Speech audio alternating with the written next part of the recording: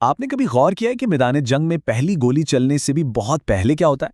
जी हाँ, आलमी मईशतों में तेजी से तब्दीलियां आना शुरू हो जाती हैं।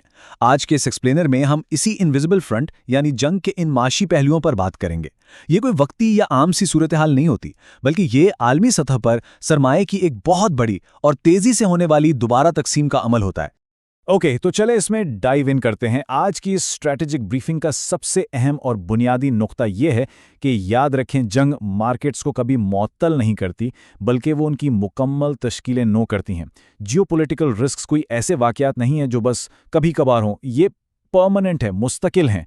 और जो लोग इस हकीकत को समझ लेते हैं, वो घबराने के बजाय खुद को इस नई माशी रीवायरिंग के लिए बिल्कुल तैयार रखते हैं। Section 1, markets under fire. थोड़ा सा माजी में जाएं तो पहली और दूसरी जंग अजीम ने जहां एक तरफ तबाही मचाई और पुरानी दौलत का सफाया किया, वहीं दूसरी तरफ बिल्कुल नई मालियाती सल्तनतों को खड़ा कर दिया।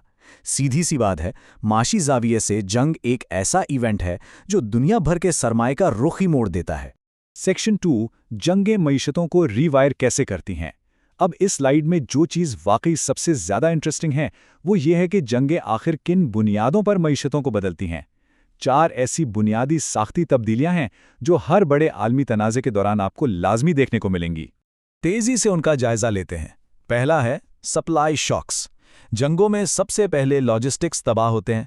रास्ते बंद तो जाहिर है तवानाई, खुराक और अहम धातुओं जैसी कमोडिटीज़ की कीमतों में एकदम से शदीद उछाल आ जाता है। दूसरा, डिफेंस यानी दिफाई शोबे का बेपनाह फैलाव। तीसरा, करेंसी और कर्जों का दबाव। और चौथा होता है जंग के बाद तबाहशुदा इंफ्रास्ट्रक्चर की दोबारा तामीर। ये चारों मिलकर ग्लोबल मार्केट का नक्शा ही बदल देते हैं। दिफाई शोबे के फैलाव की बात हो रही थी, तो जरा इस नंबर को गौर से देखें।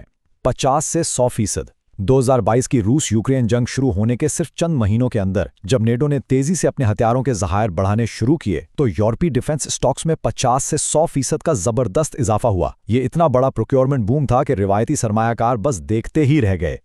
और सिर्फ स्टॉक्स ही नहीं, करेंसियों का हाल देखें तो चूंकि जंगें अमूमन भारी कर्ज लेकर या बेतहाशा नए नोट छापकर लड़ी जाती हैं, इसलिए जंग लड़ने वाले ममालिक की करेंसियां तेजी से गिरती हैं और महंगाई आउट ऑफ कंट्रोल हो जाती है। तो ऐसे में स्मार्ट पैसा कहाँ जाता है? सीधा सेफ हेवन असासों की तरफ। अमेरिकी डॉलर, स्विस फ्रैंक और सोना। तारीख गवाह है कि बहरान में ये असासे हमेशा मजबूत होते हैं। Section 3, the intelligent traders playbook. यहां आकर असल हिकमत अमली शुरू होती है। एक आम जज्बाती सरमायाकार घबराकर सब कुछ बेचने लगता है, लेकिन एक इंटेलिजेंट ट्रेडर वो मार्केट की इस नई रीप्राइसिंग से बहुत पहले ही अपनी पोजीशन सेट कर लेता है। चलें इंटेलिजेंट ट्रेडिंग के 5 अहम असूलों को डिकोड करते हैं। असूल नंबर 1, शोर से सिग्नल को अलग करें। जंग के दौरान रोजाना ब्रेकिंग न्यूज और सनसनीखेज सुर्खियां तो आती रहेंगी, लेकिन ज़हीन ट्रेडर इस शोर को फिल्टर कर देता है। उसका फोकस उन मुस्तकिल साख्ती तब्दीलियों पर होता है जो मार्केट में आ रही हैं। मिसाल के तौर पे, अगर तवानाई बरामद करने वाला कोई बहुत बड़ा मुल्क मार्केट से कट रहा है, तो ये एक ऐसी परमानेंट डिसरप्शन है जिस पर फोकस करना बनता है। और ये बात यहाँ बड़ी खूबसूरती से वाज़े होती है कि उसूल नंबर 2 क्या है। ये जानना कि बहरान में असल फ़ायदा किसे पहुँच रहा है। जंग के माशी फाते अक्सर मैदान जंग से हज़ारों मील दूर बैठे होते हैं। रूस की गैस सप्लाई रुकी तो अमरीकी LNG एक्सपोर्टर्स का मुनाफा आसमान पर चला गया। गंदम की शॉर्टेज हुई तो अमरीकी ज़रिए एक्सपोर्टर्स को फ़ायदा हुआ। मतलब डिसरप्शन कहीं और बेनिफिशरी कोई और। उसूल नंबर 3, टाइम होराइजन। जंग के बिल्कुल शुरू के दिनों में मार्केट पर एक शदीद खौफ छाया होता है। हर कोई ब्लाइंड सेलिंग कर रहा होता है। दिलचस्प बात यह है कि अक्सर सबसे बेहतरीन मौके इसी फेज में मिलते हैं। फिर दरमियानी मुद्दत में मार्केट मंतकी तौर पर रीप्राइस होती है और तवील मुद्दत यानी सालों बाद एक नया माशी तवाज़ुन कायम होता है। आपकी स्ट्रेटजी इस बात पर डिपेंड करती है कि आप किस फेज में हैं। चौथा असूल है टेल रिस्क को मैनेज करना। टेल रिस्क का मतलब वो इवेंट्स हैं जिनके होने का चांस तो बहुत कम होता है, लेकिन अगर वो हो जाएं तो तबाही बहुत बड़ी होती है, जैसे कि कोई न्यूक्लियर एस्केलेशन या साइबर अटैक। ऐसी सूरत हाल आपके तमाम रिवायती तज्जियों को फेल कर सकती है। इसलिए बका के लिए ज़रूरी है कि पोजीशन साइज महतात हो, कैश का बैकअप मौजूद हो और ऑप्शंस का इस्तेमाल किया जाए। और 5वां असूल, रिटेल इन्वेस्टर का सारा ध्यान रोज की स्टॉक मार्केट पर होता है। आज मार्केट कितनी ऊपर गई या नीचे आई। लेकिन इंटेलिजेंट ट्रेडर ऐसा नहीं करता। वो करेंसियों और सॉवरेन बॉन्ड यील्ड्स पर नजर रखता है, क्योंकि किसी भी मुल्क पर जियोपॉलिटिकल दबाव की सबसे पहली वार्निंग अक्सर उसकी करेंसी के क्रैश होने से मिलती है। और ये सिग्नल स्टॉक मार्केट के रद्दे अमल से बहुत पहले सामने आ जाता है। सेक्शन 4 तारीखी तनाज़ात से असबाक। आगे बढ़ते हैं और देखते हैं कि ये सब तारीखी हवालों से कैसे जुड़ता है। तारीख वो लेबोरेटरी है जहां ये तमाम उसूल टेस्ट हो चुके हैं। तो आइए कुछ माजी की जंगों के मुआशी असरात को देखते हैं। 1990 की खलीजी जंग शुरू में सबकी तवक्को थी कि तेल की कीमतें मुस्तकिल तौर पर डबल हो जाएंगी, एक लंबा बहरान आएगा। लेकिन रियलिटी क्या थी? जंग बहुत मुख्तसर रही और तेल की कीमतें तेज़ी से क्रैश होकर वापस नॉर्मल हो गईं। तो जिन चंद स्मार्ट लोगों ने अस्करी हकायक को समझ लिया था, उन्होंने इस ऑयल स्पाइक को शॉर्ट किया और ज़बरदस्त मुनाफा कमाया।